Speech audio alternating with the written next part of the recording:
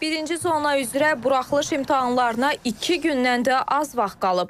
3 fənni əhatə edən bu sınaq qarşısında abituriyentlər həm həyəcanlı, həm də məsuliyyətlidirlər. 8-ci sinifdən 1-ci qrupa hazırlaşan Rail Dərgahquliyev deyir ki, uğurun əsas sirri illərlə çəkilən zəhmət və əzmkarlıqdır. Günün demək olar 1 saatı ingilis, 1 saat riyaziyyat, 1 saat ana dili və günlərə görə də blok fənlərə görə seçmişəm. Arada fasilə ilə və hər fasilədən saat çoxaldıram, 1-2 saat ərzində də blok fənlər işləyirəm. İmtahandan qabaq dərs oxumaq falan adamı biraz yorur. Çünki səbəb var ki, bu sual qabağa çıxır. Bəlkə özünü şübhə elədir ki, bu sual mən bilmirəm, bəlkə başqa suallar da var. Yəni adam oxumaq istəyir, ona görə biraz stresə düşür.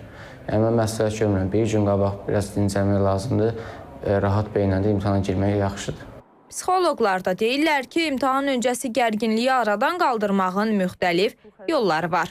Bu individual məsələdir. İnsan var ki, stresini azaltmaq üçün daha çox oxuyur və özgüvəni bərpa olur. İnsanlar isə kitabları bağlayır və artıq özünü relaks formaya gətirib çıxardır. Mən deyərdim bir gün əvvəl bol sevdiyi şeylər eləsinlər, məsələn, gəzsinlər şəhərdə, rahat olsunlar və axşam mütləq bol yatsınlar ki, sinir sistemi rahat olsun. Təhsil ekspertlərinin isə bu ilki namizədlər üçün nikbin xəbərləri var.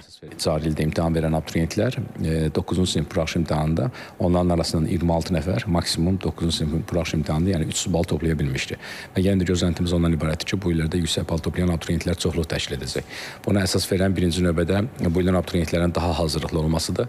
Hansı ki, 2019-cu ildən etibarən Dövlət İmtahan Mərkəzinin keçirdiyi buraxılış imtahanlarında həmin abituriyentlər məhz orada təqdim olunan sual tapşırıqlarını daha çox işləyiblər və eyni zamanda məzmunlar və mövzularla bağlı onlar daha məlumatlıdırlar.